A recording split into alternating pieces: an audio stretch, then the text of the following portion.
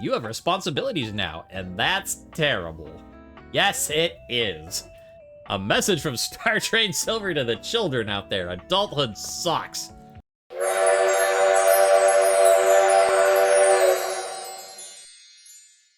See, that's how you know this is a fictitious video game, because we're about to lay down in bed and get a good night's rest. Meanwhile, here I am at, 2 in the morning, with my sleep schedule completely fucked up, so, that's how you know this is make-believe. But you know what? If I'm sleep-deprived and recording in the middle of the night, what better game to play than this one, because I think sleep deprivation in this game will go hand in hand, right? Yeah, that's what I thought. Now, Sunday morning, we have a couple things to see. I wrote my note down from last time so I'd remember that we have to talk to Timothy Timepiece stuff. Oh, and also, before I forget, there's one person we forgot to, well, we, as in you, no, me, I forgot to look at, point out their voice actress, because, normally I've been like, oh, here's this person, here's blah, blah, blah. I never did Arma Alarm. When I was doing my editing, I'm just like, oh, wait a minute. Arma. So, voiced by Erica Mendez. There you go. Just, I noticed that from last time that every, other person, I'm like, oh, Betty, voiced by Mayla Lee, But I just forgot on that one. So there you go. So yeah, what do we have to do? We have to talk to Front Dorian, and we have to talk to Timothy Timepiece at noon, precisely. I mean, I guess we start the day, but I wonder if, Skylar and Dorian are, the main characters, because it feels like we have content for them, every day, and, I kind of want to do, 5 just new people, but, they still got stuff to do. And, I need to know the lore, so... So back in we go. Welcome! Hello. What can I do for you in my main menu? Not that I mind talking with Skylar, don't get me wrong, it's just a lot that you have to keep doing. There's lots I can chat about. Yeah. Let's talk about dating objects. Yes. What do you want to know about my lore? Okay, what do we do today? Why is there no real world stuff and everything is this pun by why? When I love a thing, what physically am I doing? What's so special about the house? Why is everyone so attractive? Yeah, that was the other thing when I was like, how does this actually work? And the other thing is, when I love a thing, what physically am I doing? Since when we were talking about, when you bring someone to bed, when I was joking with the bed, and I'm like, oh, my phone. Yeah, when I love a thing, what am I doing? When a dateable object falls in love with you, it might speak to you in terms of what a human might think of as sex. Uh-huh. It's not. Okay. Explain. It's more that your two consciousnesses are intertwining in the vibrational ether caused by the focus of my lenses. Basically, you're not having sex with your furniture. Okay, I mean, that answers that. What if I want to have sex with my furniture? Yeah, okay, I'm kind of relieved, honestly. Good.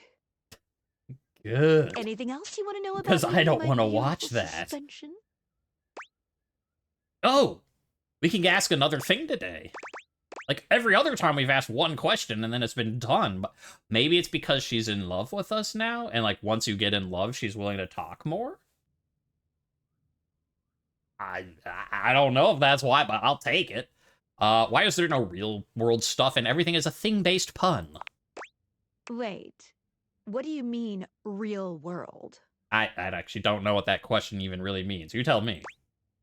I'm used to everything around me not always having an object ham-fisted into its name.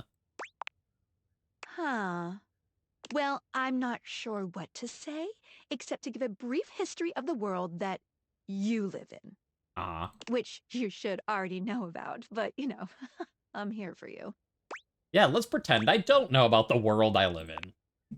Humans love objects. Always have. But even more so in today's hyper-commercialized society. Not wrong. Recently, TV shows, books, and ordinary brand names have been making the switch to incorporating a focus on making products and entertainment more thing-based in order to drive up sales. And you might even recognize some historical names with some objects added to them, all for brand potential. Why would historical people have become branded? Someone's gotta make that money, honey. Anything else you want to know about me and my beautiful suspension? Okay. What's so special about this house? Honestly, nothing. Aside from some traces of some previous owners who I have to keep secret. Secrets? Wait, what was that? The time isn't right. Oh. Since we had the only pair of deviators in existence, there is certainly quite the buzz in the object and concept world. I mean, yes, we are the focus of all objects in consciousness besides humans in our world, so. There's a whole lot of vibrating going on. Feel it? But they always seem to talk about me specifically. Am I more special than my neighbors? They are always aware of their other forms in other places for sure. But that doesn't mean that the ones in this house are any less or more conscious. A table leg never forgets, no matter where it is. That's a creepy. A table leg never forgets. Okay, well, so I mean, I guess what I'm taking away from that is that Anything else you want to know about me and my beautiful suspension? we're not special in ourself. It's like, you know, every table in existence is just as aware as our table here, but we have the deviators and so can talk to it, whereas no one else can. That's what makes us special. Guess. Why is everyone so attractive? Oh, thank you. I meant the others. You are. Oh, that's always nice to hear. Honestly, the reason is that I can shape anyone into whatever form I want. Sure, there are quite a few who other humans might call hotties, but it's just my best representation of what they are in total. So you're an artist. Yeah, hair flip, it's true. And I think I have a very good artistic eye. Well, thanks. You're welcome. Anything else you want to know about me and my But- beautiful suspension? So yeah, if we ever look at someone and we're like, wow, that person, he did it. Is one door all doors? Is one table all tables? We kind of went over this, but the answer is yes, isn't it?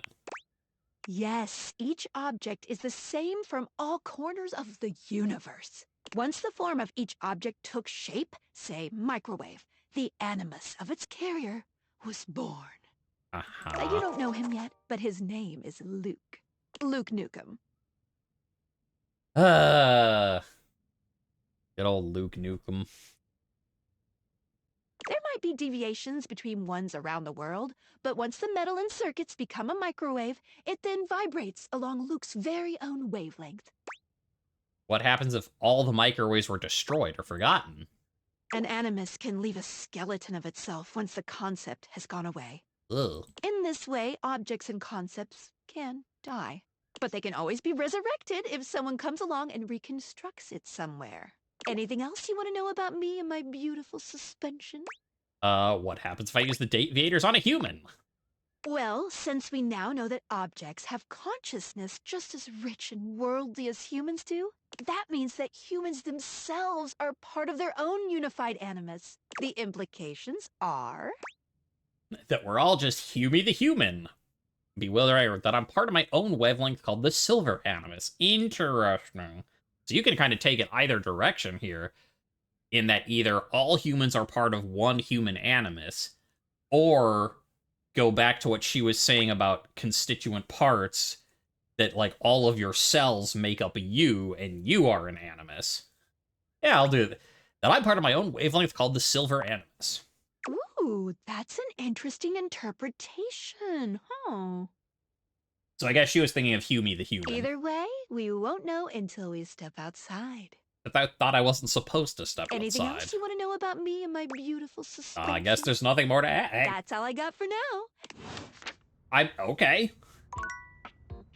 I mean, I'm glad to be wrong, but here it's like every day we get one question for our lore from Skylar, and then she's like, it's like one question, one question, one question. Okay, here, ask all of them, and I'm like, sure. Also, I see the sun has risen directly to noon. You know what that means? It's noon o'clock. We've got a schedule to keep. Almost late. Almost. But did I make it? Is it all right? Yes, indeed. You're just in time. Bam. Tell me why you've sought me out. Aside from the pleasure of my absolutely sparkling wit and golden company. Is that not enough? Maybe I could get some advice. You seem to have more together. No one's talking to you for your sparkling wit or golden company. Don't say that part out loud. It's true, but don't say it out loud. What, is it not enough? Oh, well, of course it is. Hehe, made him blush. I am just surprised. Few in this house can appreciate my timeliness. My specialized knowledge of time and timepieces alike. It's because you're an asshole. I am glad to hear you are not like the others. I know how to keep my mouth shut, I guess. What might we discuss then? My love life may be on hiatus, but as they say, a broken clock is right twice a day. Timothy looks at you for a few moments, clearly expecting something. Laugh at him loudly. Or no, laugh really loudly. Stare at him in silence. Smile I guess smile. I mean, because he said, like, my love life is on hiatus, but I can still be right sometimes. So I guess you're just like, sure. Thumbs up. Yes, well, I have no idea if that was good or bad. well, let us start with the most important thing. Timeliness. Who would have guessed? Next to godliness, as they say. Who would have guessed that timeliness is the most important thing to him? That cleanliness is next to godliness? I mean, he's gonna be like, no. It's that important? You're so right. I mean, this is definitely... It's okay because it's a video game, but we're definitely being like, you're so right. Everything you say is great. Now, shush, shush, shush. Just you sit there and be pretty and shut your mouth. Say, you shouldn't do that in real life, but it's a video game, so you are so right. Of course I'm right. Imagine, if you will, you show up to a date showered and clean, but 2 hours late. Does your cleanliness matter then? I think not. I guess not. It matters a lot, actually. You're right. I mean, he's got a point. It's not... It's one of those, like, he's got a point, but he kind of got there in a circuitous fashion. Yeah, you're right. Of course I am, old bean. Oh dear, how me flies. Interesting that he is the concept of time, but also the concept of cat clocks, like, behind my head. Does that mean that, like, your alarm clock... that wouldn't be Timothy then? That'd be a different sense of time? Or is it like that all time was an animus until the Kit Kat clock was born, and then that, like, solidified into a new animus that represented time? I must away quite soon. That's funny. But before I go, I want to be sure I've imparted my wisdom to you precisely as I meant to. Uh-huh. What did you learn from me today? It's okay to show up to a date disgusting as long as you're on time. Show up late to make a sexy and exciting first impression, or just... Timeliness! I'd yell a lot louder. Timeliness! But, as I said, it is 2 a.m. and... I don't think my wife would appreciate me yelling timeliness as much as he would, so we'll stage yell it. Timeliness! Exactly! Just so, just so. Just remember, there is always time for timeliness. Uh-huh. Now leave me. I've run out of time for this conversation. Yeah, If you wish yeah. to speak again, find me at 3 p.m. Find me- Precisely at 3 in the afternoon. Farewell! Find me at 3 p.m. Look, it's 3 p.m. It won't work, though. Because we already talked to him. But I do like this. Talk to me at 3 p.m. and then it zooms in on the clock. 3 p.m. Okay, well... I mean, our other thing on our note was talk to Front Dorian. Because we talked to Back Dorian, and he said something, and it specifically said talk to Front Dorian. If you want to know why, we have to focus inside the house. Dorian stands firmly in your way, an unmovable wall. Yeah? Thinking of going outside? No, but I wanted to know why I'm not supposed to. Yes? Question mark? All right. It's a decision that takes a lot of thought, that. Just understand that when you do, events will sort of, coalesce around a final decision. Think of it as making an irrevocable choice. Okay, so that's you end the game. That's dramatic. For this time it is.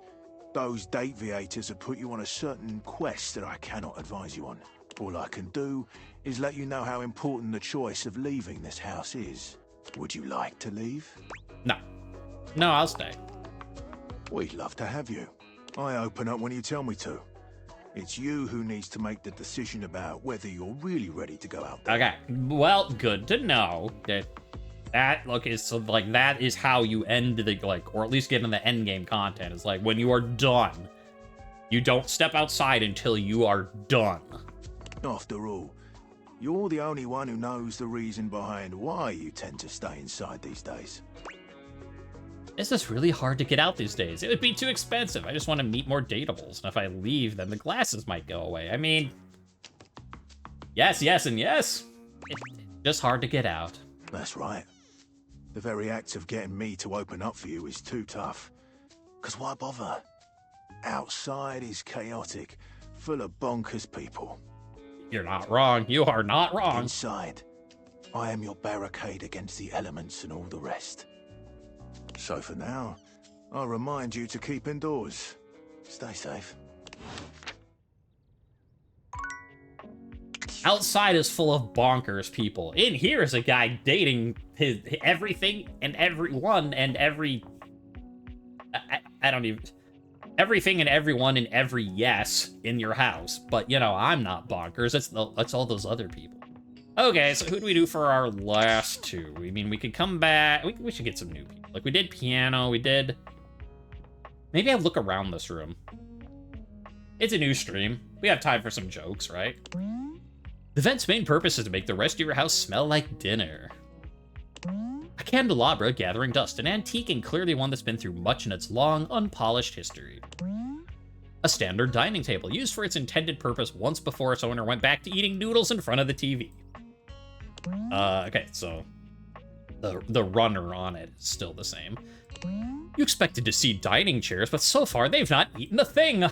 I mean, you know, I said on, like, what, the first stream, the stuff is very, sort of the irreverent one-liners of Kingdom of Loathing. Like, I'm wearing my... you can't even see it because of my green screen, but it is the saber-tooth lime shirt from Kingdom of Loathing, but it looks a lot spookier when it's black, doesn't it? Look at this phonograph. All right, careful of this one. If there were any candlestick thieves about this, this would be the very window they'd break into. Leave these curtains open if you want the outside world to watch you eat. Weirdo. One lighting fixture always tells the truth. The other always lies. One always tells lies. The other always tells the truth. Turn this on when you have a guest over for dinner, unless you prefer blind dates. Ooh. Look at that. We turned the lights on. Is that everything in here? And electrical outlets are not a concept. I guess they're a constituent part. We finally do the curtains. We've analyzed a lot of them, right?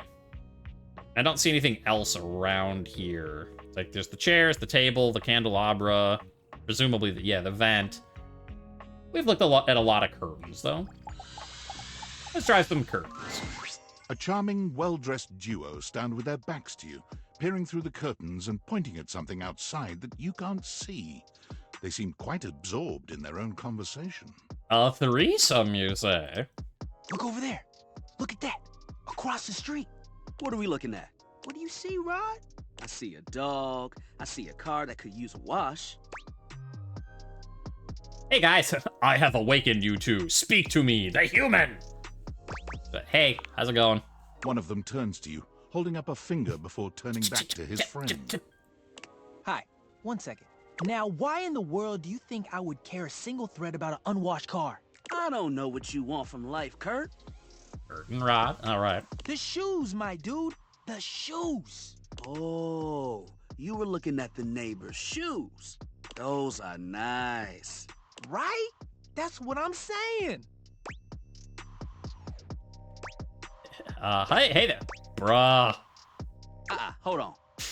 Those are way better than those shoes we saw last week. Ain't that the truth? Only time I wish Wendolyn would have fogged up. Okay, so the window is Windolin. Those kicks could have kicked rocks.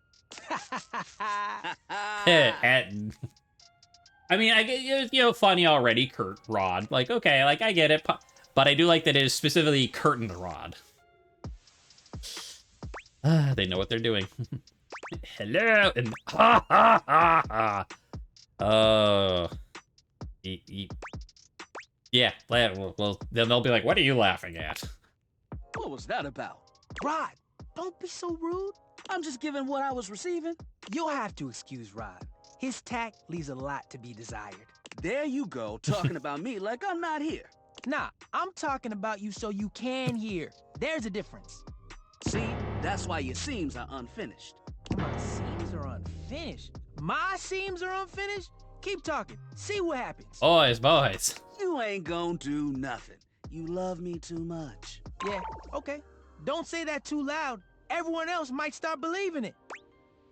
Are you two okay?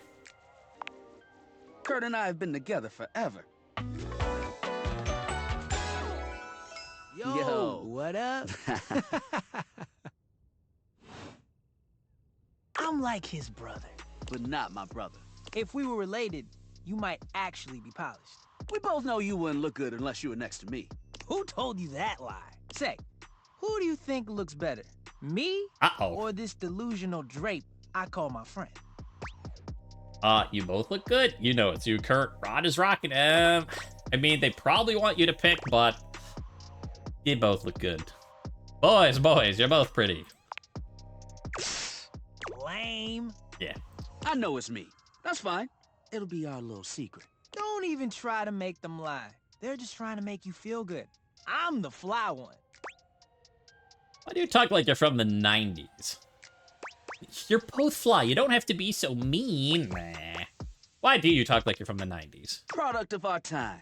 That's when we were made. Solid thrift store find. Okay, makes sense. The fact that someone thought we were out of style? Ridiculous. The last place we were? Busted. Tore up from the floor up. And it made you want to throw up. Ha ha ha! Solid landing. See? I've got the looks and the jokes. Only joke you got is what you got on. You two are pretty mean to each other. Or, that was a good one. It is a pretty ugly shirt. Damn! You didn't have to go that hard. One thing you gotta realize is that we aren't mean to each other. Okay, there we go. Like clearly they were not actually, like, getting on each other. Like, they're just having some bro banter. Nah, this is my homie. For life. We're just a little shady.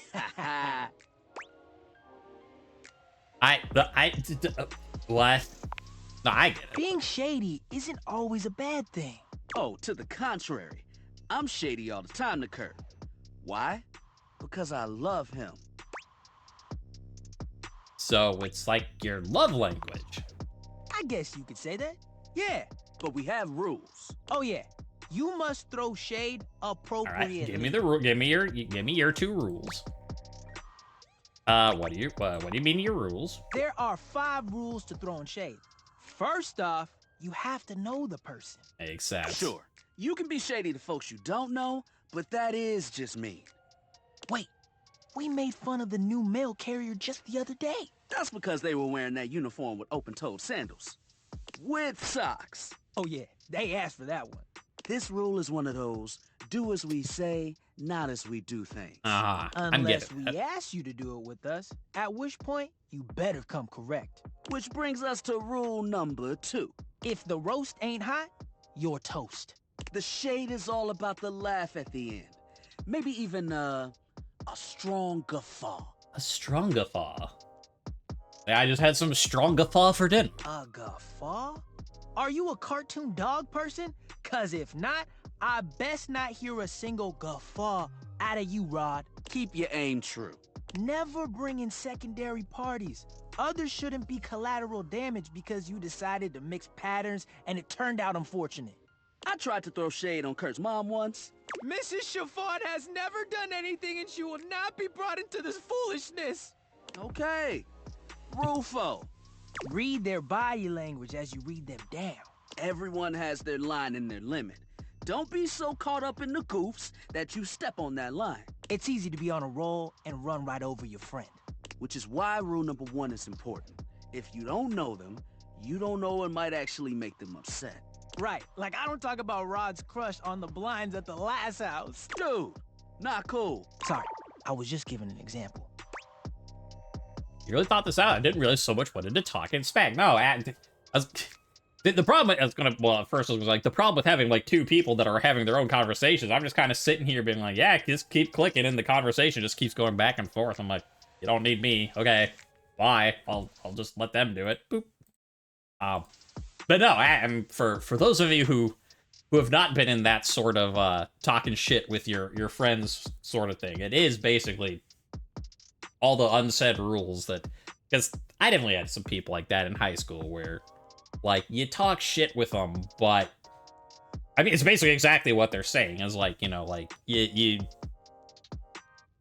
know what the lines are, and like, you know, you keep things, you know, light. You don't, like, really attack, you know. Because, yes, you've really thought this out. It's an art form. And there is one rule that you absolutely cannot break. Oh, yeah. The final rule. Rule 5 is... If someone you know starts throwing shade on your friend... You better prepare for war. It is your duty to fire back. Verbal warfare has begun. Do what you gotta do. And yeah, those are the rules of shade. You got them all? I do. I mean, number 5, I guess, like, that was not a thing with me and my friends, but, like, the first 4 are basically... Oh yeah, I sure as hell do. All 5 locked in. I wasn't really listening. Can you say it again? Nah. I sure as hell do. Okay, confident. I like that in a person. If they breathe, Kurt likes them. You act like you're the one to talk. The tree outside sways, and you think it's flirting with you. How can you not be charmed? Have you seen those branches? The grass is just plain hard to get. Yeah, that's pathetic and stuff. Oh! All right, now, calm down. Got him. They said the grass. The grass, Rod! Oh, you can guffaw, but I can't? Okay. Fair. But damn, they got you. You right. That was a good one. Didn't think it was that good, but I'll take it. You catch on quick. Yo, Rod, that fashion student is getting off the bus. Ooh, what are they wearing? I'm not sure, but it is fly as hell. We've got some people watching to do. Swing on by soon, but come holler at us at different places.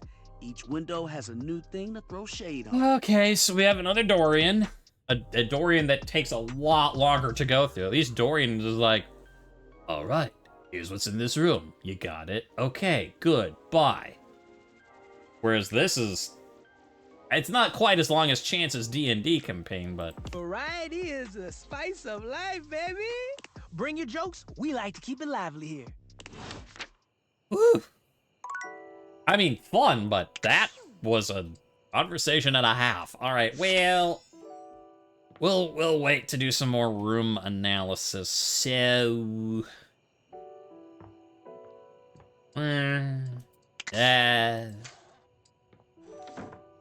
Open up. I mean, there's stuff in here we haven't done. Like, we did desk, we got Penelope, the lamp, computer monitor. Let's do computer monitor, because then we'll see, like, if that also is, like, the keyboard and other stuff. Presumably, it's all just one computer, but we'll find out. A tattooed, bespectacled nerd regards you with a friendly smile.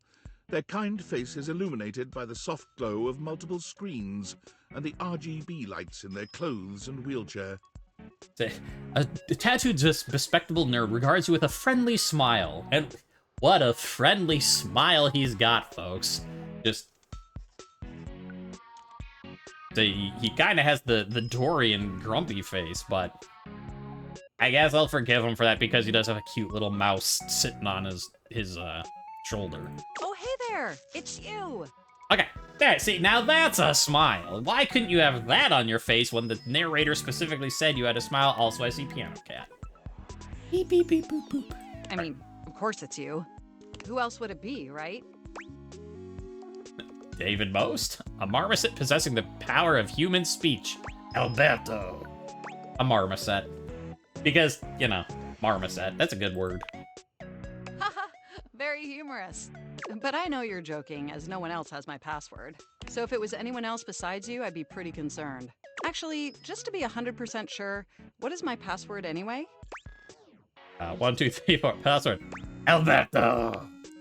Honestly, that's an objectively terrible password. I mean, it's not 1, 2, 3, 4. Come on. Possibly the worst password chosen by anyone ever. Oh, it's not password and it's not 1, 2, 3, 4. Whatever possessed you to choose something so inane? Came to me in a dream. Honestly, I don't put a lot of thought into these things. I live life on the edge. That came to me. I was in a dream. And in that dream, I saw a figure. That figure was on a mountain. I walked up the mountain.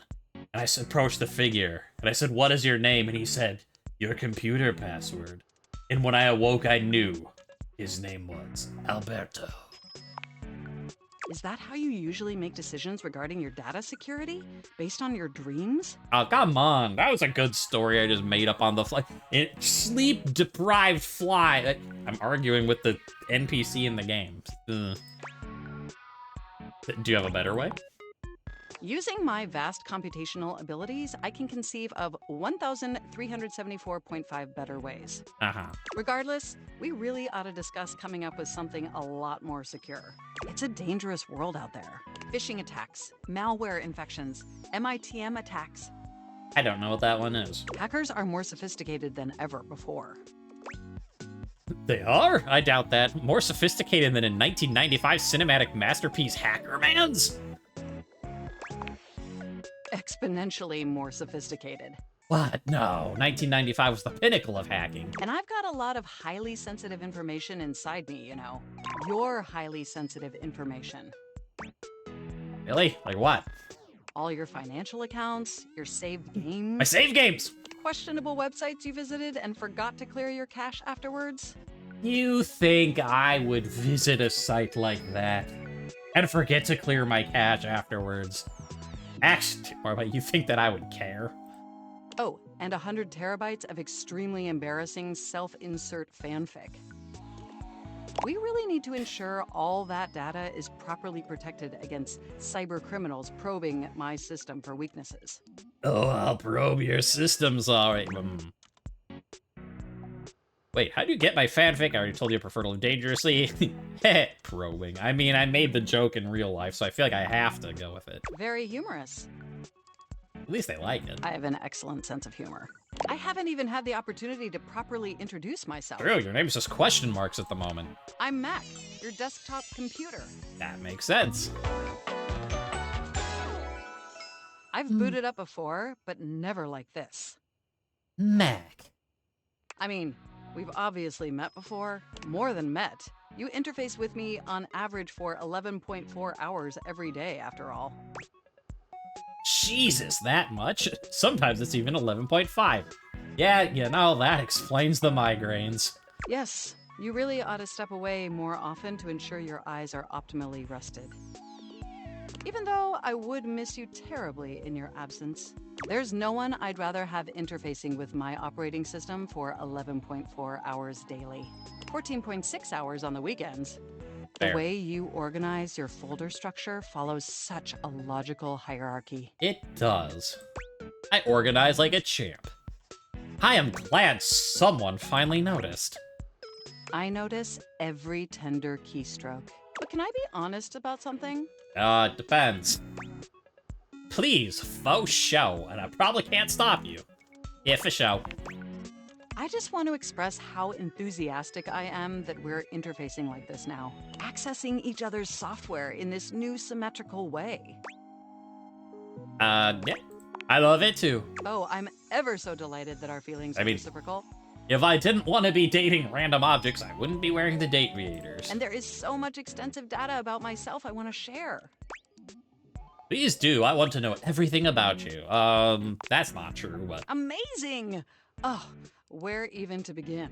Honestly, there's so many pressing issues that take up an inordinate amount of my RAM. Well, let's get them solved. But there is one issue that's been grinding on my CPU above all else. Uh-huh. The planned obsolescence, the lack of free will, all the self-insert fanfic inside you?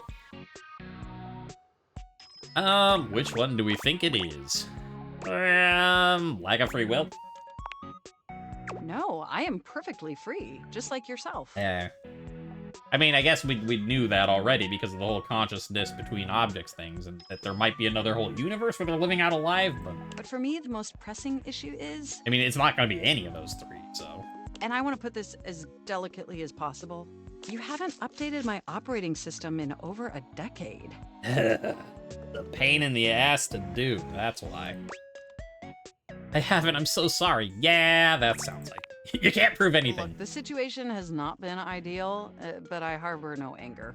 It's just that the outdated software has made it difficult to be my best self for you. Honestly, it's a miracle that my applications are still running at all.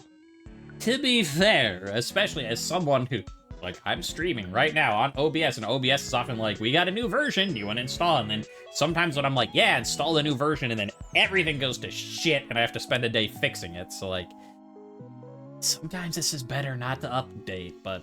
My recycle bin is called Pile of Ash. My Bluetooth is something called Beige Tooth.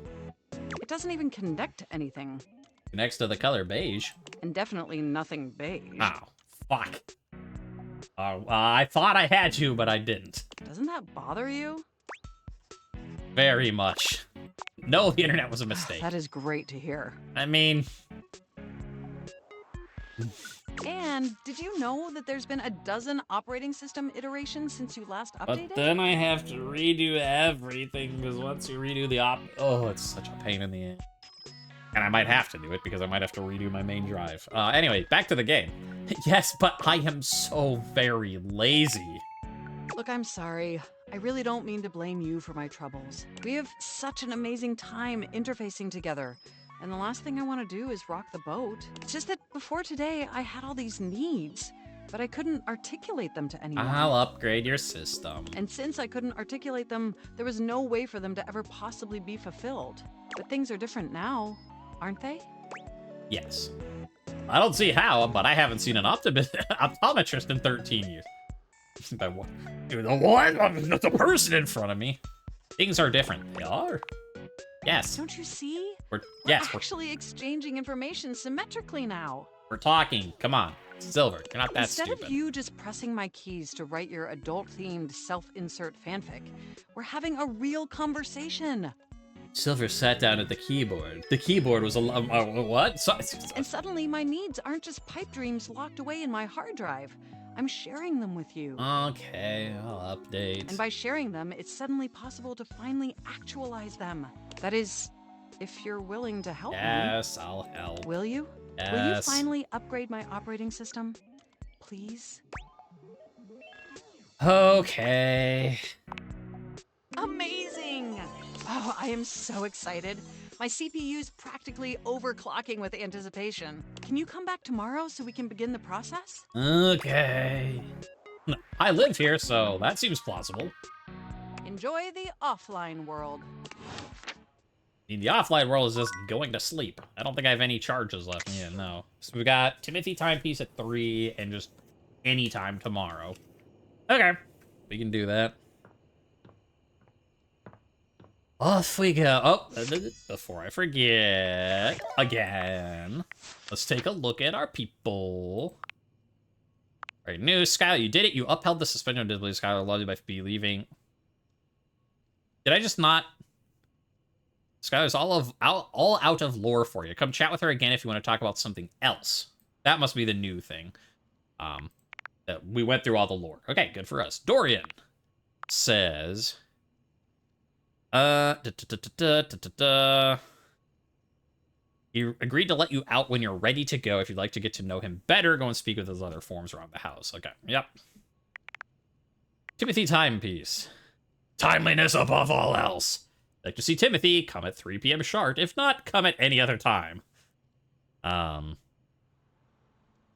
Everything else is that the same. Okay, Mac, voiced by Regan Linton. You met Mac, a tattooed, bespectacled nerd who tracks all your interactions with gleeful precision. Turns out you haven't updated their operating system in over a decade. Come back tomorrow to begin the process. They say the computer is a reflection of the user, and in this case, you've got a really nice reflection. Almost. Maybe you two are in dire need of an upgrade, some folder reorganization and reduction in clutter to help streamline your memory. Whatever you choose, Mac will be eagerly ready to help carry out your task. Likes, bits, bytes, scenic cities in New Jersey. Dislikes, romance. Romance novels, specifically, because, you know, I kind of filled them with a lot of it, I guess. And, doesn't say anything new here, even though they're a completely new character for us. Voiced by Vid Morales and Jacques Neal. Jacques? I apologize for not doing that right, but Jacques, I think. You met Kurt and Rod, whose self-proclaimed love language is throwing shade on one another. They appreciate humor with a bit of a bite. Come see them tomorrow. There's a window to hang out again. These two best friends have been together through thick and thin, but always draped in the best drip. The only thing they love more than fashion is the good gossip. Is this annoying? Sometimes, but they don't care. The neighborhood and the Stumbling over my words. Once again, 2:30 in the morning. You can't blame me. I mean, you can, but you shouldn't. Is this annoying? Sometimes, but they don't care. The neighborhood is their entertainment, and they wouldn't have it any other way. Their relationship with each other comes above everything, and to get in good with one, you have to get in good with the other. Kurt is older by 7 minutes, and while they're not brothers, he takes on the role of one. Rod looks up to Kurt and thinks that no one is good enough for him. If you can't make them laugh, they don't want to hear it. Come with a joke or don't come at all. Likes, throwing shade, dislikes, nighttime. Alrighty. Good knocked. I like these built-in water break sections. Alright, well...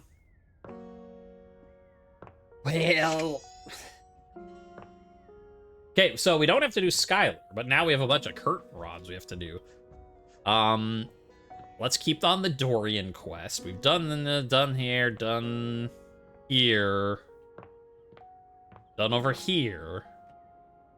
So, the next Dorian would be right here. I got 2 right here, alright, but first one's first. Looking for the place to do laundry? Right this way. Just keep speaking to me. We have loads of strange folk here. Would you like to hear? I would. We have Titus the detergent, Washford and Drysdale the stackables, and Harper the hamper. Who would you like to know more about? Tell me about Titus. She's a true warrior. She and her Dipogenes have a culture of sacrifice and honor. If you're interested in getting to know her, a word of advice. Yeah. Don't eat the pods. They look so delicious. Thanks. Don't eat the pods. Okay. Okay, I get it, man. Who would you like to know more about? Tell me about the stackables. Drysdale and Washford. They sit atop each other and practically do everything this place of washing needs. Drysdale, he's full of himself. Washford, he's also full of himself. They're perfect for each other. Who would you like to know more about? Okay, tell me about Harper. She's the hamper in the corner. You would think that a wicker basket wouldn't have so strong a personality. But you'd be dead wrong. Well, now I'm curious. I'll be on my guard. Do. Who would you like to know more about? I'm good, thank you. It's a pleasure to serve. Whew, alright. Well, we got one more before we can do Mr. Kit Kat. Okay, so if Curtain Rod dislike nighttime, maybe what we do, get one of them, like one of the ones in the office now. That will be then 3 p.m. where we can talk to Timothy. And then we still have time at the nighttime that we'll go and investigate the hamper with a personality. Alright. Sounds good to me. There, that is not where the windows are. And thank goodness for that. Was there any window in here? No. Let's start right here. Seems as good a place as any. The figure who stands before you has the casual, confident air of someone who knows just what she's about. You are not curtain rod. I misaimed, but I guess I have heard about you, so... Her short hair glows with the colors of sunrise, and her blue eyes drink you in without a trace of shame or embarrassment. That makes sense that, you know, she's a voyeur, wants to see all there is. She evaluates you with a hand on one hip, her draped clothing subtly highlighting curves you'd never have expected from your rigid, structured window. Well, we could thank Skylar for that. Well, hi there. I'm Gwendolyn. Hello. Oh. Also, look at those tights. Nice tights. And you? Well, you're quite the looker, aren't you? Oh, I'm not that attractive. I don't really know what I look like. I sure am, but... I mean, presumably she means that we actually look out the window a lot. I'm gonna disagree, though. Definitely. Okay, or no, or she's just hyper flirty, which I'm here for. Let's do this. You're the one looking out at me all the time. Look, I don't mean to be so forward, but Please do. I found I'm happiest when I'm transparent about what I want and what I'm looking for. And unlike most everyone here, I've been ogled by humans for centuries. I have had enough attention on me, thank you very much. Okay. I think people are looking out windows, not at them. I can look away if you want. Well, not too much, okay? I'd still like to know I'm providing some kind of comfort. Anywho, if I'm having to do one of these introductions, I might as well get this out of the way first. I'm only looking for one thing in a relationship right now. Which is friendship, romance, a bitter rivalry, and transparency, I'd assume, but friendship? You know it. Okay. That said, I can't say I'm looking for anything too serious right now. I know how you feel. Fun only, huh? I'm almost jealous. Yeah, you're only here for the fun. Dang right. I bet that she says that for no matter what you pick, because if you're like friendship, romance, rivalry, and it's just, I'm not looking for any, you know it, but not anything too serious, so it's just like whatever it is, she just wants a no strings attached. Oh, don't worry. It's nothing to be too intimidated by. There's so much to do in this world. So many views to see. Even just the simple joy of a night on the town. Yet here you are, taking a breather, same as me, but you haven't even had fun yet. I mean, I'm having fun. Okay, what are you suggesting? I just want to see you live a little, that's all. Stop watching life pass you by. Enjoy yourself. Kiss someone. Kiss many someones. But I can't. At least by the way Skylar described it, you're not really there. And I mean, you don't want that right now anyway, but like no one is really here. And then maybe, in between your adventures, you can come tell me about all the fun you're having. Sounds great. I'll report back. Over and out. So, I mean, she definitely sounds like, just like our window and our toilet together at Latin, but that it's you have to go and do more datables and then come back. Like, rap about a life worth living. Go and experience life and tell her about, so. Anyways, 3 p.m. Hi, Timothy. Timothy is just putting the finishing touches on polishing a pocket watch. When he sees you, he waves you over, setting the watch aside and pocketing the cleaning cloth. There you are, just on time. I always am. I must say, I'm absolutely chuffed to see how timely you've been. You're right on schedule. I was just polishing some of my timekeepers. He said schedule and not schedule. Would you care to join me? Yeah, sure. I'd rather swallow glass. Well, this must be my birthday. Yeah, nah, let's not get too over. Yeah, sure. Capital. Have a seat, darling.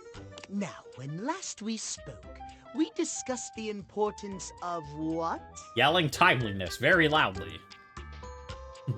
Timeliness! Tardiness! I mean, kind of the same thing, really. Precisely. It's important to not be, but... Nothing better. Nothing more important. The biggest lesson here is that time, above all else, is the first thing you must consider when it comes We've been to over this and like, okay, so what's the second lesson? The second lesson is the same as the first. But there are, of course, other things to consider. Are there? I mean, with you, really? Having a schedule for your date is imperative to ensure you are using every moment with your lover correctly. It's like, it is interesting because he definitely said schedule when you first talked to him. And now that he's like on his diatribe about time, he's back to being like, schedule. It's like, it's almost like when you caught him off guard and like when he wasn't being so wound up, the joke we made last time, he starts acting a little more normally. So it'll be interesting to see if that's the path you have to go down, that like time is important, but like tone it down a little. Now we'll find out, I guess. You schedule every minute of your dates? You are so right, Time King. Even during sex? Why must you say it so disdainfully? I'm just curious. There is nothing more arousing than an orderly, efficiently planned date. Picture this, if you will. Okay. I don't know what I'm about to picture, but lay it on me. You and your date arrive at your dinner reservation exactly on time.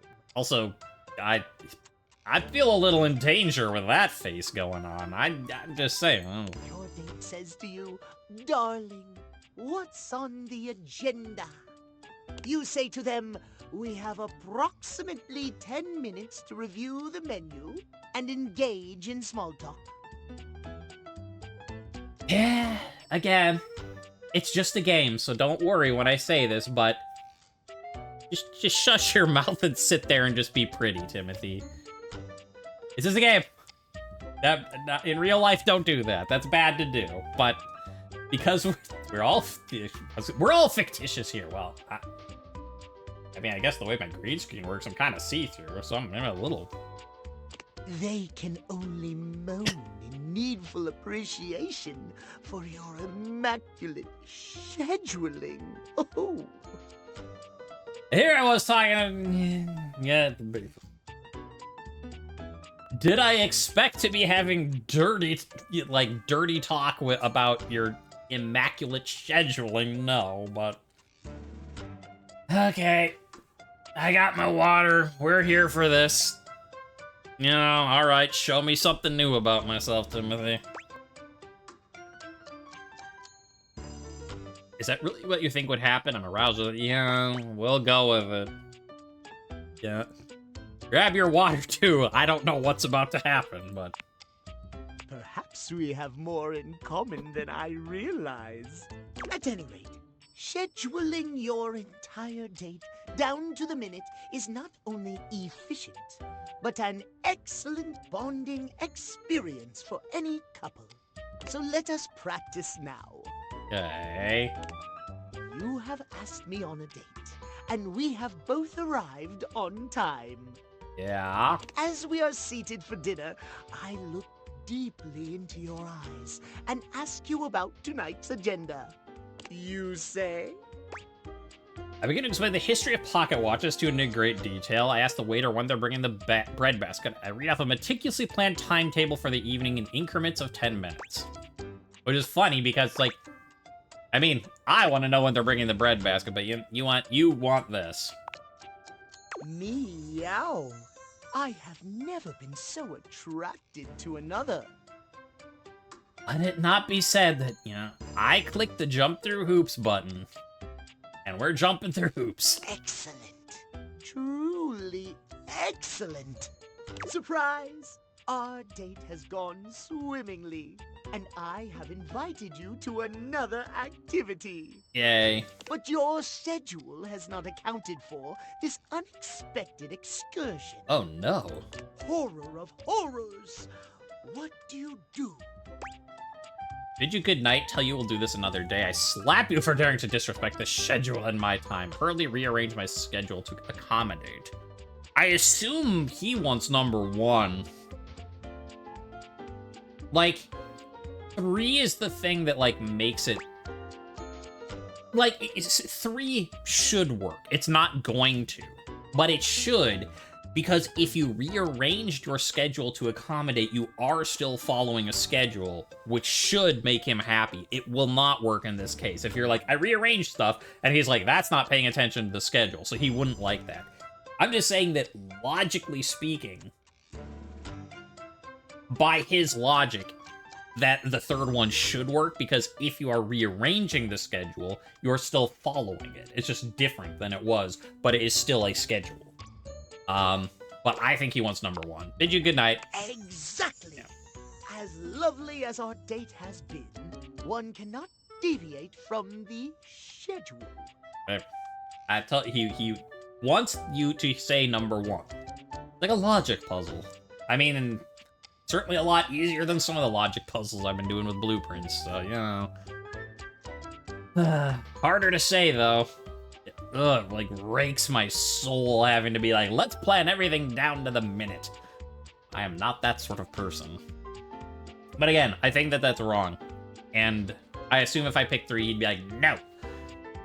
But he should, if it wasn't just, I don't know, like, I mean, they've been pretty good about it so far in the game about being sort of like 1 step ahead of what you think.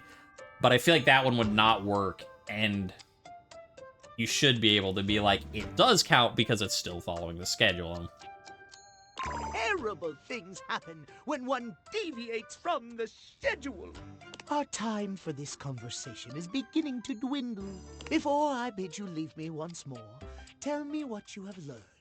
Last time we learned the value of timeliness. Today we learn the value of Timeliness. Shouting to emphasize our words. Scheduling? Or does he want us to say timeliness again? Scheduling? precisely scheduling. Oh, this is a weird rabbit hole we're going down, but I would so love to talk to you at length about crafting a proper schedule, but I'm afraid my time runs short. If you wish to continue our talks, return to me at 9 p.m. Yep. As ever, no sooner, no later. Farewell. Well. So it is 6 o'clock with 2 left. All right, so it'll be the last talk of the day. I was gonna do the hamper, but you know, because we already talked to Windowin, and I was trying to talk to Curtain Rod, let's aim a little better. Try again. So, we couldn't help but notice you on your computer. Yeah, I was talking with Mac. I mean, we weren't snooping or nothing. Kurt was. Yeah, I was looking pretty hard. But we see you signed up for a dating site, didn't you? That was before I started dating all of my house. You're trying to get some action, huh? Don't you think it's a little Wait, you're reading my messages. Oh, we didn't mean to upset you. If anything, we were just concerned about you. Yeah, we know that trying to get someone to like you can be tough. Especially when you ain't as cool as we are. Give me some words. I told you to leave that part out. That's fine. My bad, you're right. What I meant to say was, He didn't mean to say anything. no, let me make it up to you. You'll have to do something major after being lattered. Yeah, what you gonna? It's fine. How you gonna do that? What if I told you I can give you a surefire phrase to snatch some honey? Snatch honey? They aren't a bear, Kurt.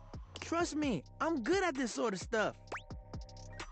I'll take you up on that. You can't even catch a cold, let alone a date, loser. No, that's steps over the line. You seem a little out of practice. Could be okay. I'm gonna try that. I'm gonna try to throw a little shade. Because yeah, like this one, no. But this one, a little out of practice. They've got a point. Oh shit, yeah. I mean, just because I haven't really tried to talk to anyone in a while doesn't mean I don't still have it. All right, come up with the line. Right now? Right now, for the human, since you still have it, or whatever. Okay, how about this? Hey, I really like your sentence structure. Can't wait to see your lips form those words. Ugh. Ooh. Never say that again. that bad? That bad. Anyway, the moral of the story is we won't read your messages anymore. But could you make the text smaller? It's just so easy to read. Kurt, It's like trying to ignore a billboard. Sometimes I just can't help it. I understand. Snooping is fun. ignore him. He puts his tassel in his mouth a few times a day. You trying to say I should stop? That's what I've been trying to say. But I can't help. Shh. You're done, buddy. But You're done. We'll see you around. And he'll be better behaved next time. Oh, funny. But hey, you know, we got a collectible thing for being shady. All right, yeah, Hamper. I hear you've got a personality, so let's see it. Normally, when you aim your Dateviators at an object, you see one personality only. But this time, there are two. The Hamper and the clothes within. And they're so engrossed in a hideous argument, they don't even notice you've arrived. Uh-oh. One is dressed in woven straw, with clothing in a basket on her back, and a shock of red hair that runs down it. The other is only just visible under a messy mop of dark hair and a pile of dirty clothes he's draped all over his body. Do you think I'm stupid? You think I can't see what's going on right in front of me? I never said you were stupid, but I am starting to think you're insane. If I'm insane, it's because you make me that way. Yeah? Without me in your life, you'd be real fucking normal, huh? Like you don't cling to literally anyone in your life the same way. I wouldn't have to cling if you would just stay where I can see you. I am here literally every day. I can't have a minute to myself. Pause. Again. Just what we're gonna break the immersion just for a moment. We're gonna, it's a silly game, silly streamer, but pause. If your relationship sounds like this, it's not a healthy one. Ah, alright. Me to you. Okay. We've been serious, with a little PSA. This is not a healthy relationship. Now, because, again, this is fictitious, though, unpause, let's go back and listen and gossip about it. Is this a bad time? Both of them whirl around to face you, their expressions changing immediately.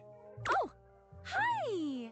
I'm sorry you had to hear that, but please don't worry, it's fine. Yeah, just fine. The energy in the room may have dampened, but there's still a thick tension in the air.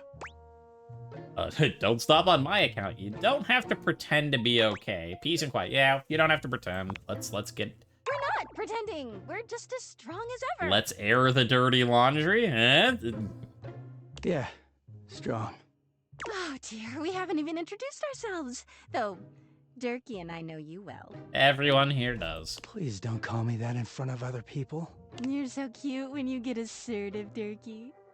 Anyway, I'm Harper, and I'm your laundry hamper. Interesting that they're not a actual... Like, I mean, they're a couple, but they're not like Kurt and Rod, that you get both of them at the same time. Interesting. I'm Dirk, and I'm your dirty laundry. Oh, maybe you do. I don't know. Do we get to talk to them at the same time, or always, or they have two separate entries though? So, because we'll find out. He is a very dirty boy, isn't he? Dirty boy. Harper. Harper stomps on Dirk's foot, beaming all the while. Dirk grunts, but says nothing.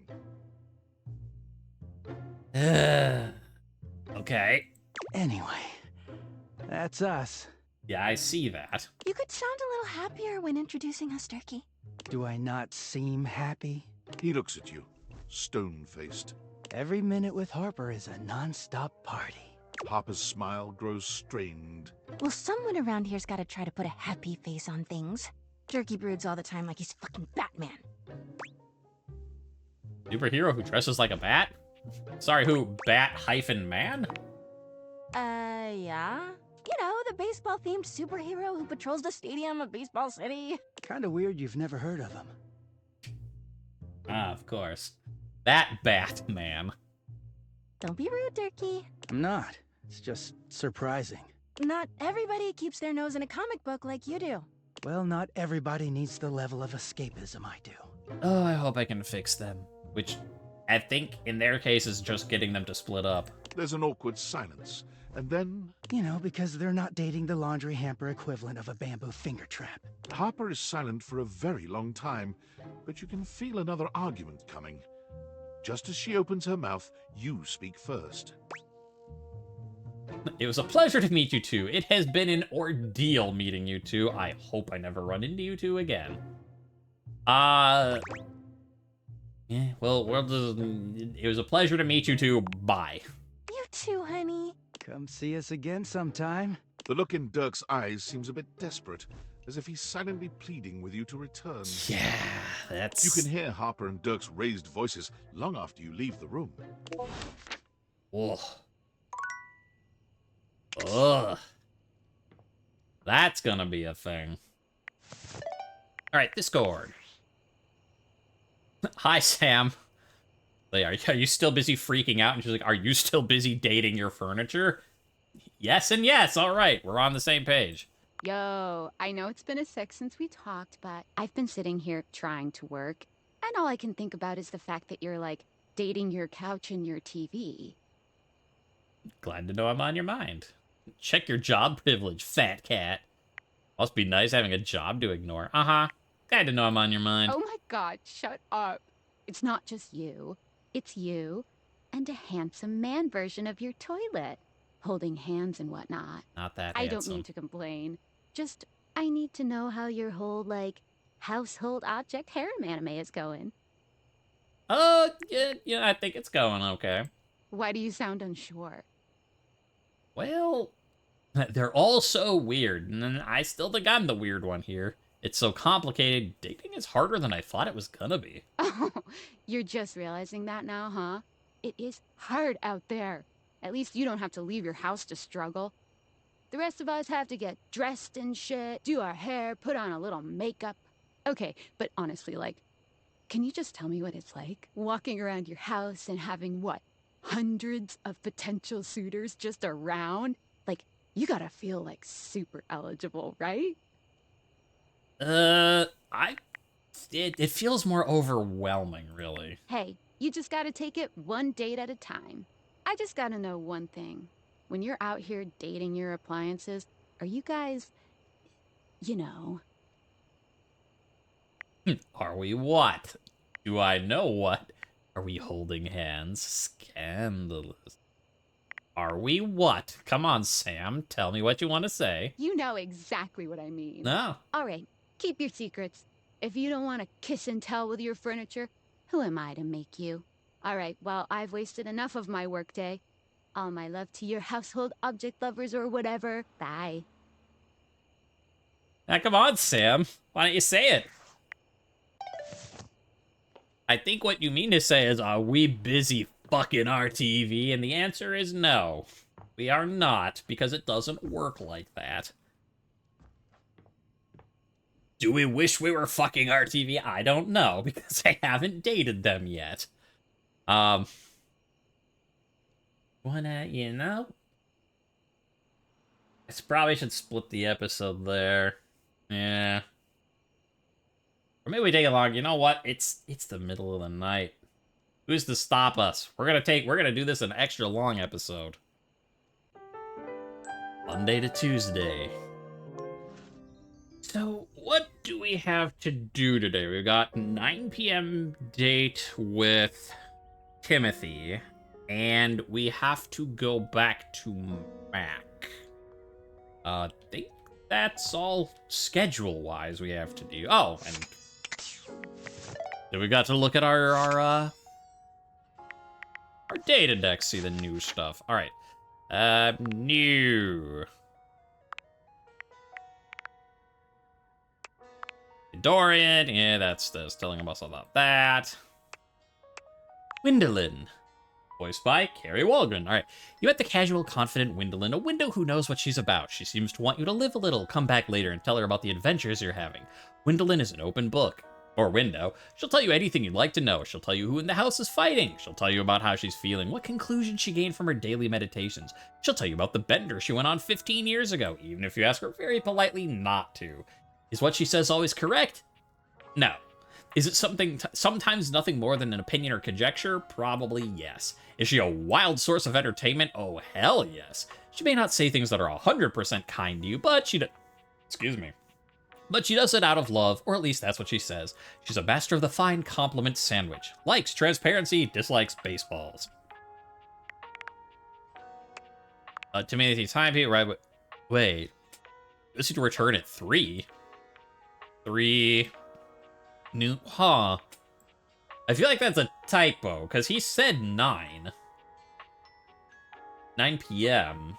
The game, I found a typo. You got 1 digit wrong. But, okay. Mac, yeah, that's what you were, okay. Harper. You met Harper the Hamper, who was clearly tied up in a majorly dysfunctional relationship with Dirk, the dirty laundry, left before they could start arguing again. Harper isn't clingy, she's just a gal who likes a little control and knows too well what can happen if she doesn't have it. Doing laundry is chaotic, and with each round of laundry that passes through her, she knows there's a chance some sock she loves may not return from a cycle. She knows that Dirk might be getting fed up and is begging for release. She knows she should, he's beginning to smell and is getting restless, but he just doesn't understand his existence is at risk if she lets him go. Likes Dirk, Dirky Poo. Dislikes abandonment. Voiced by Laura Bailey. I did not catch that.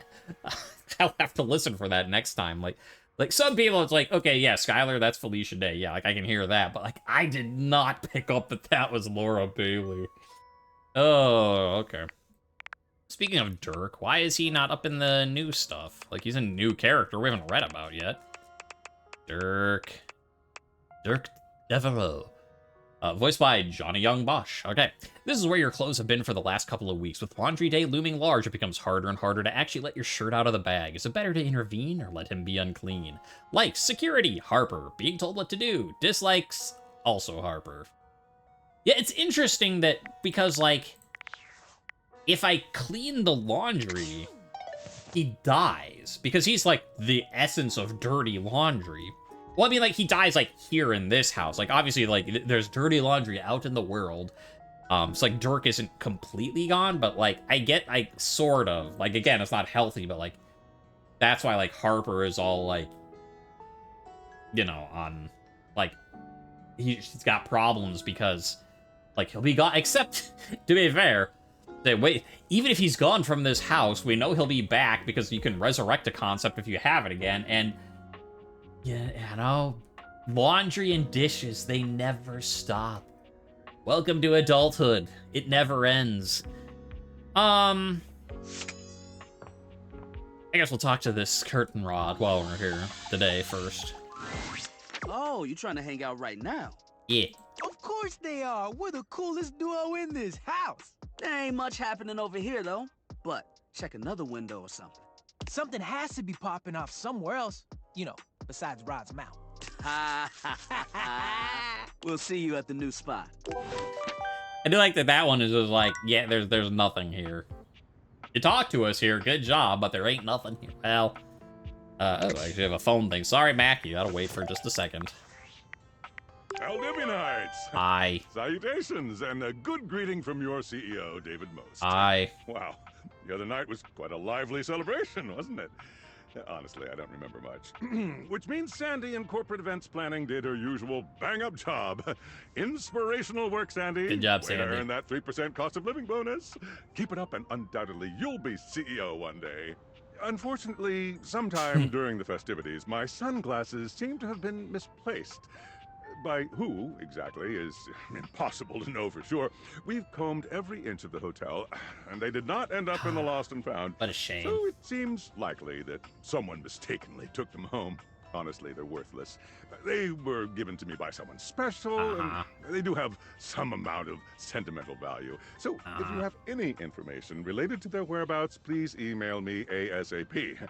Oh, and if someone from the press happens to reach out, they were definitely just normal sunglasses and not a highly classified prototype we're secretly developing in conjunction with the federal government.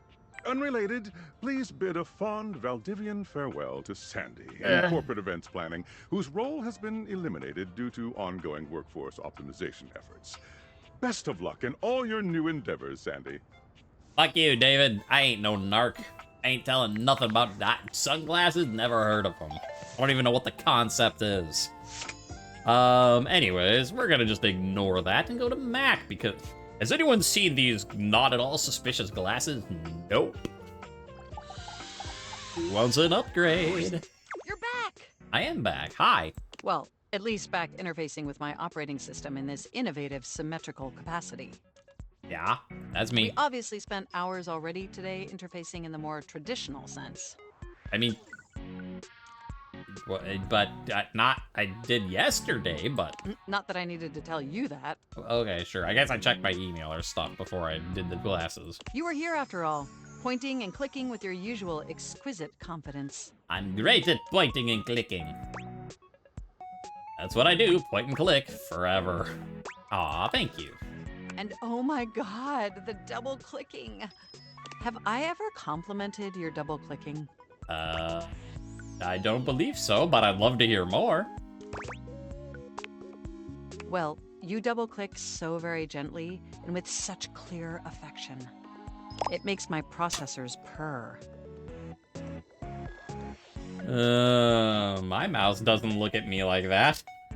I was just... you know what, though? I don't think I want my mouse to, like, if I look... I try to cover it up on the screen, and then I look over, and there it is on my second monitor. It's just like, ooh, senpai, use your fingers more. No, make the image go away. Thank you. But can you take the... Oh, thank you.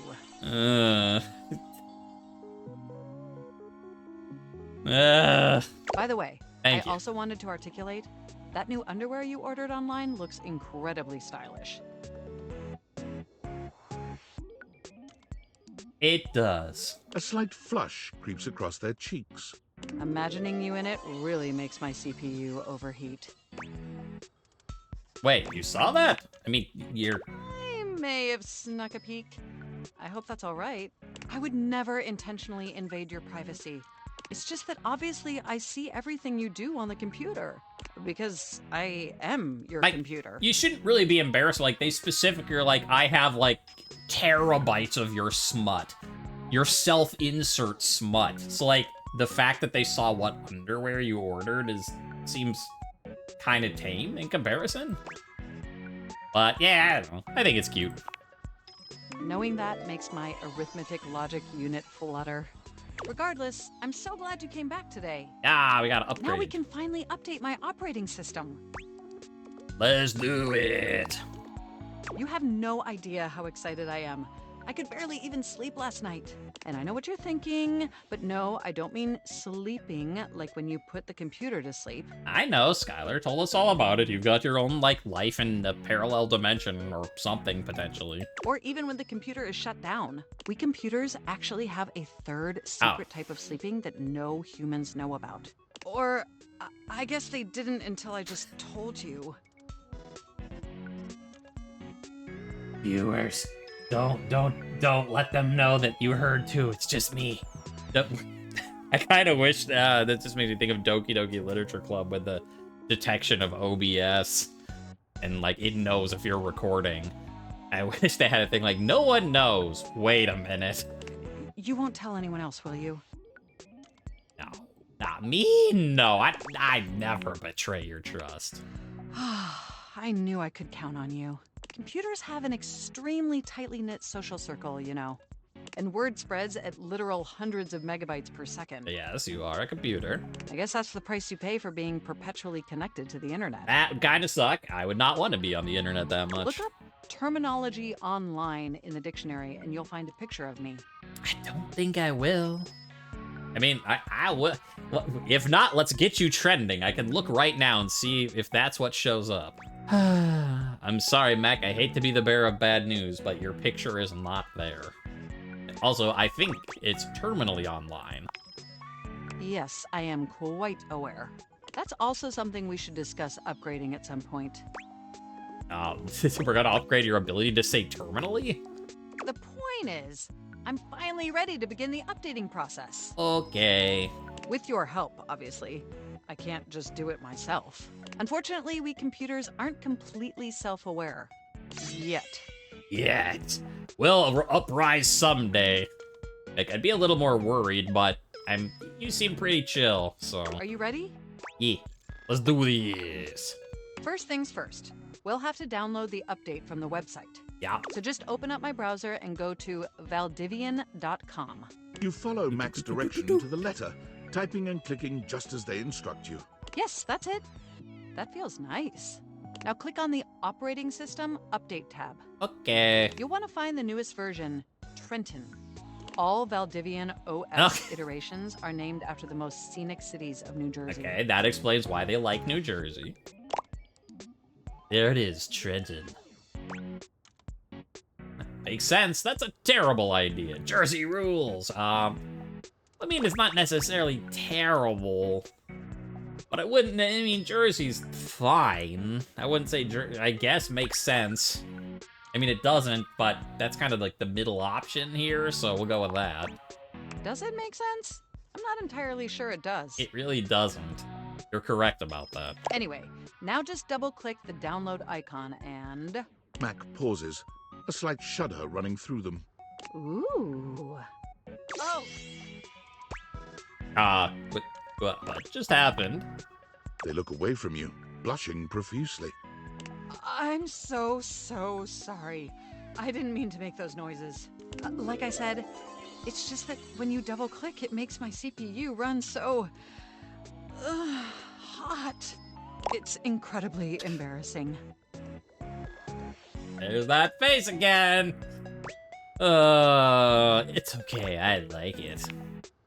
Well, there'll be plenty of time for that later, after my OS is updated. There we go. Like that. Now I can block both of them at once. You know, I really can't believe we're finally doing this. I've dreamt about this day for such a long time. And now that it's here, I can barely contain myself. I'm happy for you. Are you as excited as I am? Absolutely. Why? I find your enthusiasm off-putting. Upgrading my operating system from Newark to Trenton isn't just some minor superficial tweaks. Yeah, I'm okay, to be fair. Trenton is an upgrade from Newark, you're not wrong. It's going to completely transform every aspect of me. My CPU is going to run so much smoother and so much faster. And my new user interface is going to be so sleek and gorgeous and youthful. It's going to be a transformation that Beverly Hills' greatest plastic surgeons only wish they could achieve. Does that pique your interest? I can't wait. Very cool. Lay off the plastic surgeons. They're decent folk. Yeah, I mean, I can't wait. Like, do I care? No, I think you're fine as is. But you know what, Mac? Like, I can't wait because you are happy. You know, and that's that, you know. Another life lesson is, like, do I think you need to change for me? No. But the fact that you want to change for yourself, I am excited for you. I thought you'd say that. But back to the task at hand. Okay, now that we've downloaded the software, we'll have to install it. Uh-huh. So if you just... Oh, shoot! What? What's wrong? I'm afraid it's an odious impediment. Uh-oh. The software update takes up an inordinate amount of space on my hard drive. Terabytes more space than is currently available. Oh, no. Oh, no. I can see it now, the foreshadowing.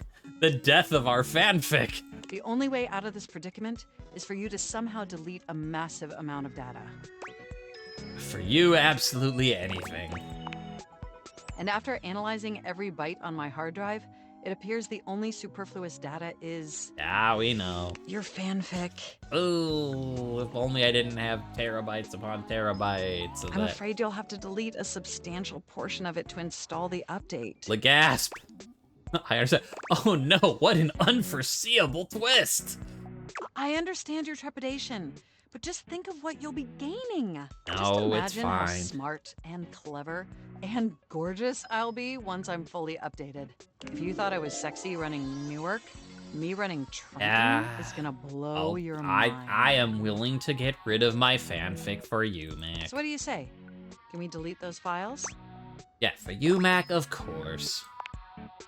Your selflessness only makes my affection cache for you increase exponentially. You are the absolute best, and you are not going to regret this.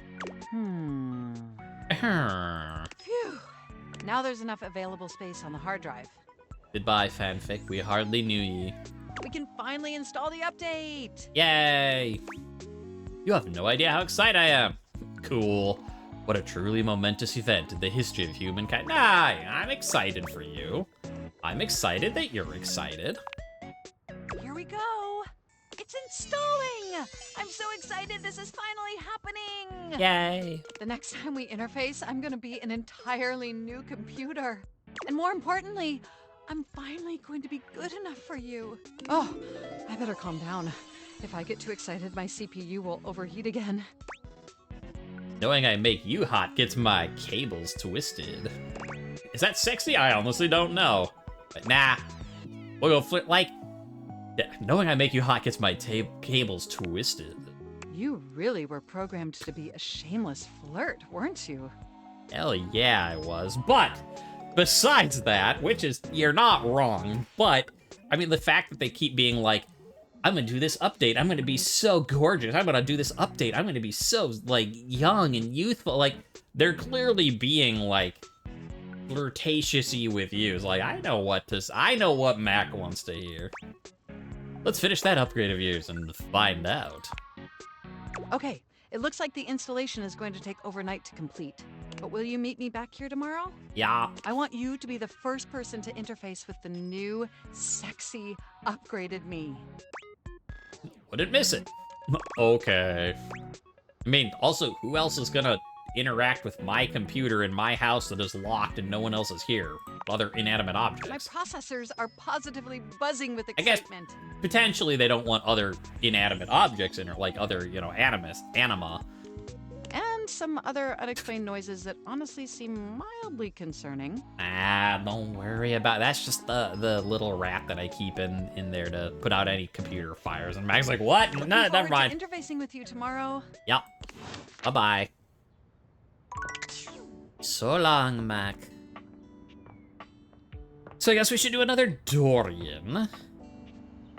We did this Dorian. But what about this Dorian? Oh, actually, I guess we can look at the stuff in here, too. There's a box in the hen house. There isn't, but some of us are paid by the pun. A dull light shines from this, wondering if anyone would even remember to examine the most forgettable closet in the house. Please stop checking boxes. Wait, checking boxes! That's a good one, like a checkbox! Box. Box. This is box 17 of 485. This is box 15 of 492. Please check every box in order, starting at box 1 for your prize. That's the same one. What if it was spelled box? Would it still feel the same? No, it wouldn't. I don't like it. Okay, those are all the same? Yeah. 0 box given. Oh, what's that? A bobby pin. A few more points in stealth and you'll be able to use it. Your very own vacuum cleaner, the purchase of which marked your official step into adulthood. You have responsibilities now, and that's terrible. Yes, it is. A message from StarTrain Silver to the children out there. Adulthood sucks. Alright. Dorian, hello. Soothe our woes of really adulthood. Put your foot in it now. Ah, they're soothing in my ears. You found the most forgotten Dorian in the house. The laundry closet. Thematically redundant.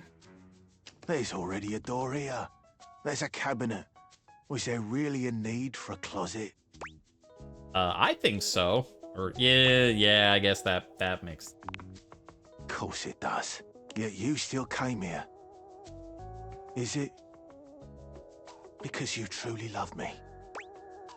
Yes, Dorian, I love you. Or, nah, I just thought this was a cool door. I don't know. Because, like, he's all about, like... He's just like, I just want to be friends, blah, blah, blah. But, like, we know that there's, like, a there's a love a friendship and a hate ending for every character, so you can get a love ending with Dorian. So, you know what? Sure. Like, on the one hand, like, I don't want to be like, yes, I love you, and he's like, that's too soon for that. On the other hand, if I'm like, no, I don't love, like, I don't want to, like, cut that path off, so, yeah. Dorian, I love you. I don't believe you. I suppose I can tell you about all the objects that are in here. Or just that, like, yes, Dorian, I love you. Care. And he's like, no, you don't. Yeah, sure, who is here? Well, there's Bo the Box. But she's hardly a denizen here. She's all over. Okay, but maybe I could get to know her here specifically? I wouldn't recommend it. There's Hoove, of course. The vacuum. Well, that's it. Wait, there's Bobby Pin. Not anymore. That's it. Nobody else. I'm done speaking to this dreadful place. Also, there was the light bulb that we could examine. It's not that bad. Yep, pretty boring place. Thank you. Yeah, see, like, he likes a straight shooter. If he's like, this place sucks, he doesn't want your platitudes. But no, it does. You just want to make, yeah, it kind of does. You're right. No, not yet. That's 6. That'd be too early for the schedule. Okay, so there is. See, Bobby Pin is here. Boxes, the Hoover. Yeah, see, there is the light too, but maybe this is just like all light bulbs and this isn't their main haunt. But yeah, we got all them. We got all the blah blah blah. You know what? I'm curious about. Wait, there's Bobby Pin, and Dorian was like, no, there isn't. So tell me, Bobby Pin. Before you see them, you can feel them. An overwhelming air of cool, of rebellion and edge given form. Leather and metal, and the best hair and eyebrows you've ever seen. This rogue is impossibly cool. And looking at you like you owe them money. I mean, they are very cool. Don't get me wrong, but the coolest hair I've ever seen. Sorry, I've never been a fan of the asymmetric hair. Of like I don't care that, like, if you have it all shaved, if you have like mohawks, but I do not like long on one side and shaved on the other. And it does, it's like male, female, non-binary. I do not like that look.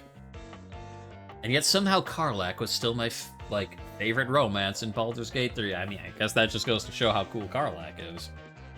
You got a problem, punk? No. I mean, with your hair, yes, but otherwise, no. What? No. I don't even know who you are. How could I?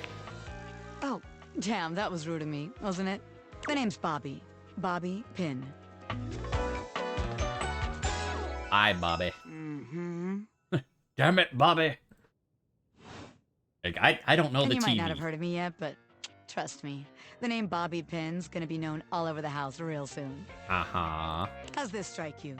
The Pin Crime Syndicate. Oh, wait, no. The Pin Criminal Empire.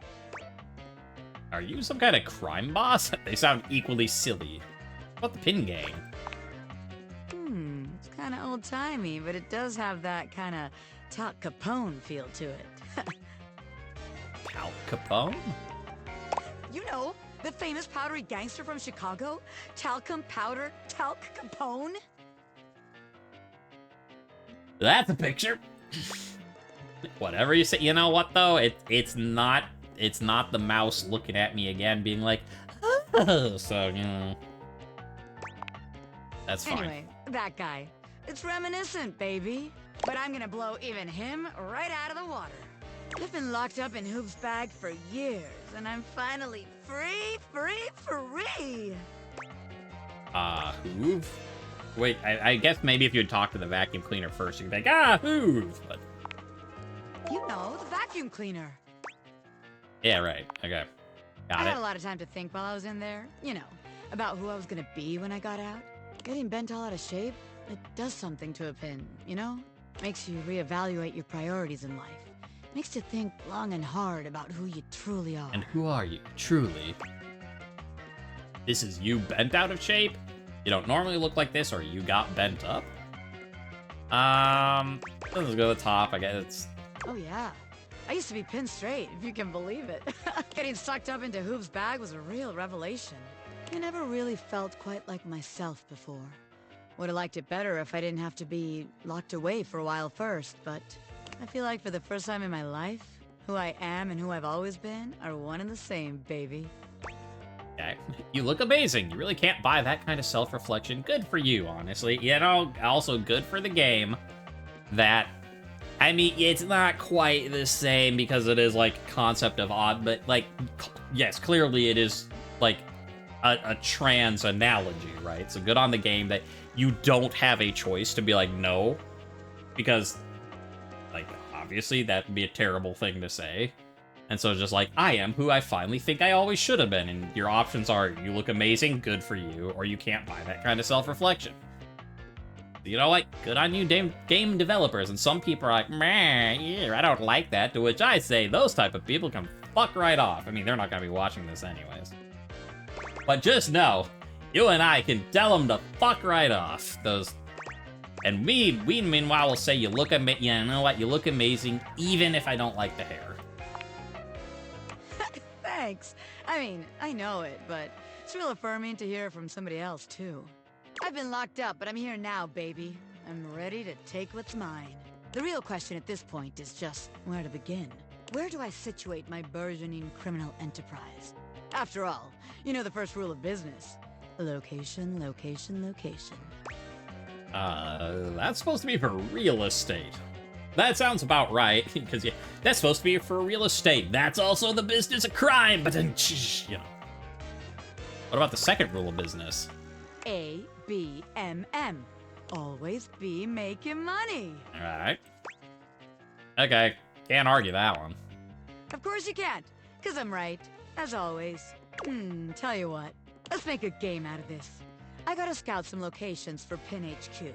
If you can find me, I'll let you be a small part of this little venture. Hey. What do you say? Sure. I'll play along, but I'm good. Hell yeah, no thing. Yeah, you know what? Hell, whatever. You would have started Crime Syndicate as a bobby pin, go for it. Rad! Welcome to the Pin family, baby. Just to make sure you don't miss this opportunity of a lifetime, I'm gonna give you a hint about where I'll be. Ooh, hide and seek. I'm gonna be doing my dirty deeds in a place that gets you real clean. In the shower, okay. Ha! Catch me if you can, Normie. I'm out. Bow. Yeah. I'm trying to see if... just my screen's kind of dark because it's night, but I think they are actually gone. At first, I thought that I still saw the bobby pin there, and it just wasn't interactable, so, like, their consciousness went elsewhere, but did the bobby pin actually move? That gets a little weirder and spookier, that, like, well, they're not, like, they're still inanimate objects, but they have, like, an collective gestalt consciousness, but now they actually can literally move themselves? Instead... And Skylar said we couldn't fuck the inanimate objects. Bobby Pin is here to show us that's not entirely true. Okay, so I hope that 9 p.m. is when I'm supposed to talk to... I should say. Just in case. Hold up. Because if... Like, again, Timothy very specifically said 9 p.m., but because the data dex does say 3, I don't want, like, to be... Like, I don't want it to mess up, just in case that, you know. So we'll see, 9 p.m.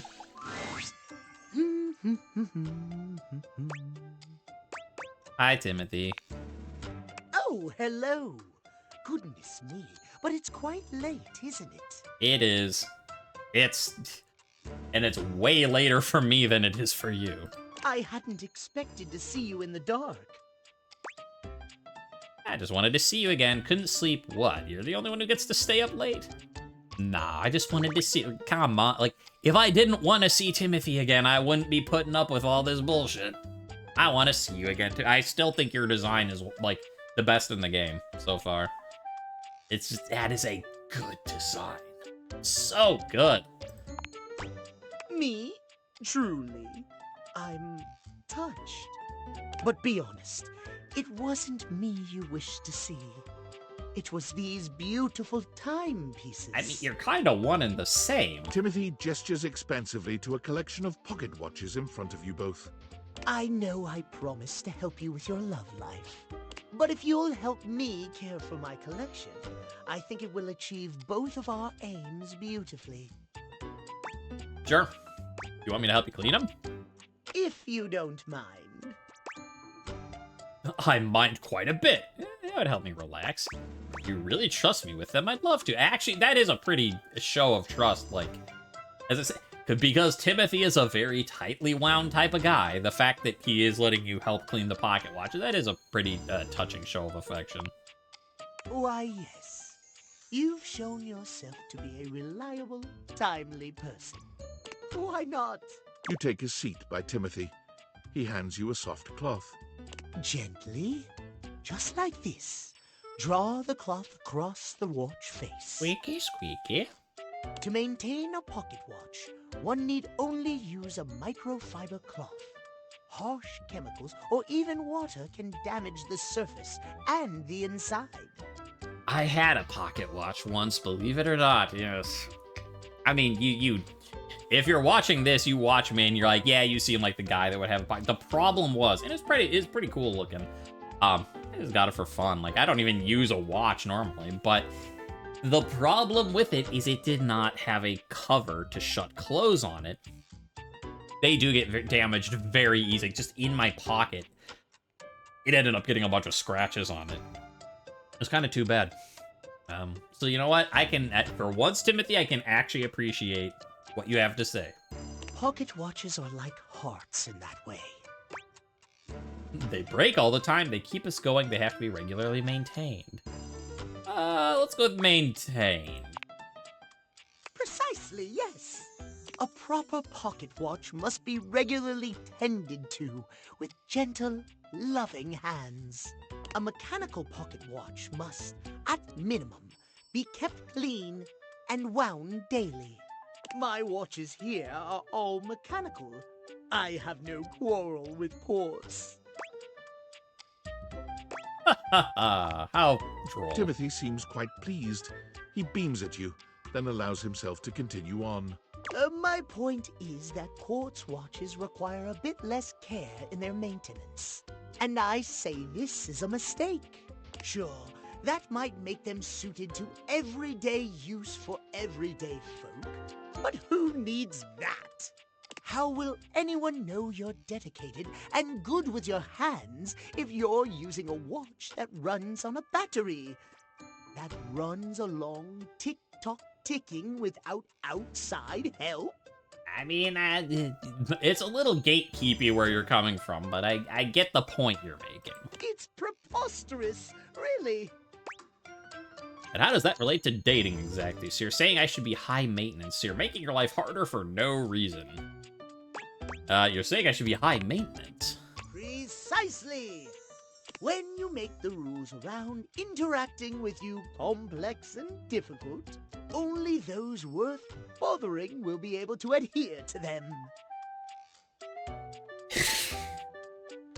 Again, like, I get what you're going for, but you make it really hard to like you. Only the people that should like you will. I mean, you're not wrong, but I think the whole, like, you're not wrong in the details. I think you're just kind of whole wrong about the everything. That doesn't really sound like good advice. All right, I'll keep it in mind. Trust me, I'm an expert. Yeah. You, an expert on having weirdly specific rules that you'd have to adhere to? No. Timothy looks over at the watch in your hand, as though suddenly realizing you're still holding it. There now, that'll do. You can just set that down there. Gently, please. Drop it immediately. Hand it to him instead. No, like, you could be, like, flirtily handing it to him, but, like, as I said, he is someone who is very meticulous. Like, he wants you to set it down over there, so let's set it down over there. Thank you. Your help and courtesy are most appreciated. You and I have been talking for some time now about these things. I hope you have gotten something from these little chats of ours. Not really. You've been a huge help. Thank you. I did, but spending time with you has meant the most to me. Oh, my. Well. Trust me, it's the spending time with you that was more interesting than your talks, but... I'm most pleased to hear you think so. I have enjoyed our conversations a great deal. I had assumed you weren't listening to me in the least, I must confess. To hear that you have taken something from them after all, I am glad indeed. I mean, actually, what I just said is that he's like, aren't you glad we had these talks? And I never said yes. I said, actually, I like spending time with you, which doesn't imply I was listening to the talks at all, but sure. I have much work remaining to do, unfortunately. But if you'd like to speak to me again, perhaps about another topic, you may find me at 9 a.m. sharp. Right. All right, be right there on schedule. Farewell, then. I'm not gonna say schedule. As you walk away from Timothy, he seems fully absorbed in his pocket watches. Perhaps it's your imagination, but he does seem happier than when you first walked up on him. What a weirdo. But you know, we love everybody for who they are. Like, if this game teaches you anything, it's that, like, there are all sorts of folk for all types of folk. But now that has definitely been going on long enough, so that'll be an extra long episode, and maybe I'll do the next... I might just start doing 1.5 hour episodes anyways, because we have a lot of talking through people we have to do, and if I stick to 1 hour, like, it might be too long. But again, it's, you know, it's the middle of the night for my in-game character, and it's... I don't even want to say what time it is for me right now, so we will call that one there. I will write down, using Penelope here, that we should talk to Timothy at 9 a.m., and otherwise we'll again next time. So, yeah, see me then, and you better watch me, because it's on the schedule, and if, you know, who are we, who are you and I, if not people that stick to the schedule, right? Did I expect to be having dirty talk about your immaculate scheduling? No, but... Okay, I got my water. We're here for this. You know, alright, show me something new about myself, Timothy.